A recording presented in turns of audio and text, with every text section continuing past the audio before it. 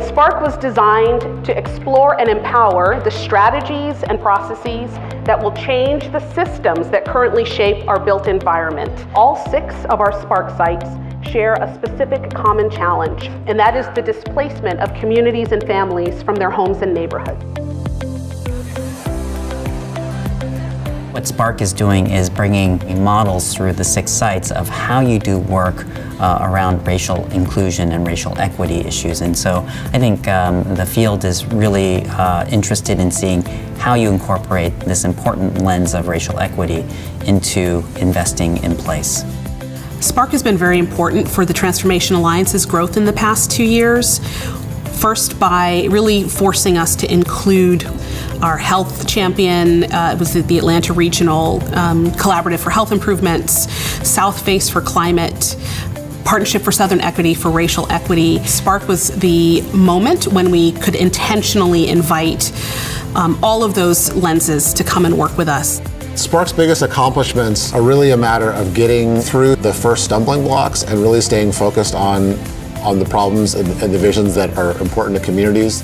We're in a housing crisis because we have a jobs crisis, because we have an education crisis, because we have an environmental crisis, right? Because we have a racial equity crisis. If we don't understand that all of those things are really connected together, then it makes it harder to even come out of the housing crisis. How do we actually begin to think about affordable housing as connected to climate change, as connected to transportation, as connected to the growing economy and the old left behind neglected communities? SPARCC is trying to help build and include the voices of community leaders in shaping their future.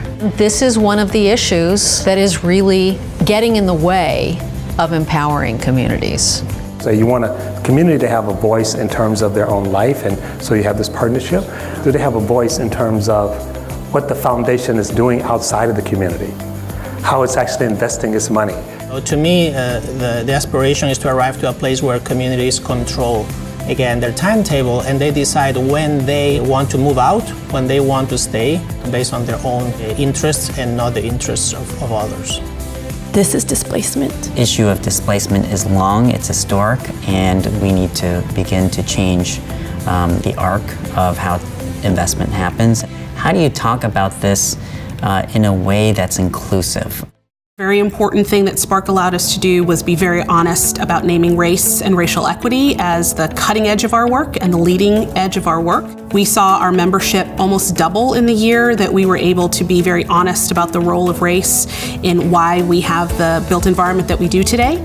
And I think that is a direct reflection of folks looking for some place to be value aligned with their own work. I feel like the influence has been less that we're saying something new and more that our community partners are able to speak with a stronger voice. Some of that is through the strength of the collaboratives in each place, and also that they have kind of the national backing of some organizations and peers in other regions that they're connected to. What does it take to help communities better attract and deploy capital for things like affordable housing, transit, and other social, economic, and environmental priorities within their community?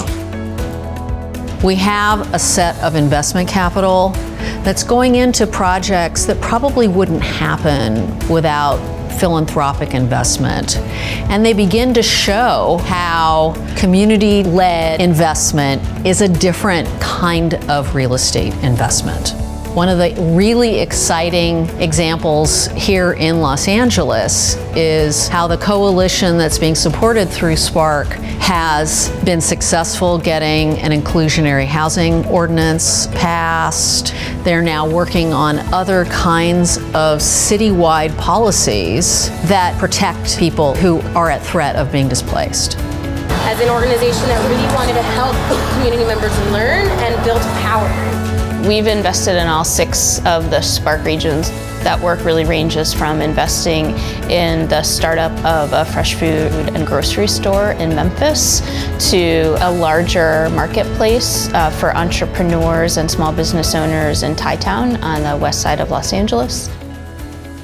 There's an economic reason for us to have stronger policies on inclusion and anti-displacement. So another one is keeping the profit in the community itself. So when we're talking about an economic justification, we also have to look at the climate resilience justification.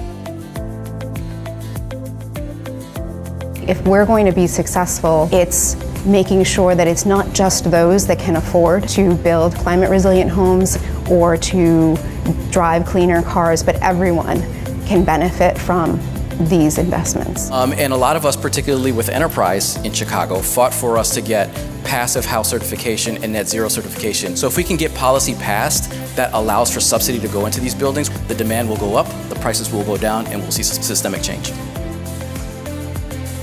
We're gathering information from the sites on how they're keeping those community outcomes at the forefront of their work and how they're using community and resident engagement and how they're relying on data to make sure that their work is going to achieve the outcomes that they want it to achieve. The end goal is to create a template for how we put the policy, the partnerships, the capital tools in place for communities to be racially equitable, climate resilient, and healthy. We can thrive, so we all thrive and leave a legacy of love. So thank you, everybody. SPARCC, with its partners and invested communities, seeks one simple outcome, and that's to ensure that all people, regardless of where they live, have an opportunity at a healthy, fair, and prosperous life.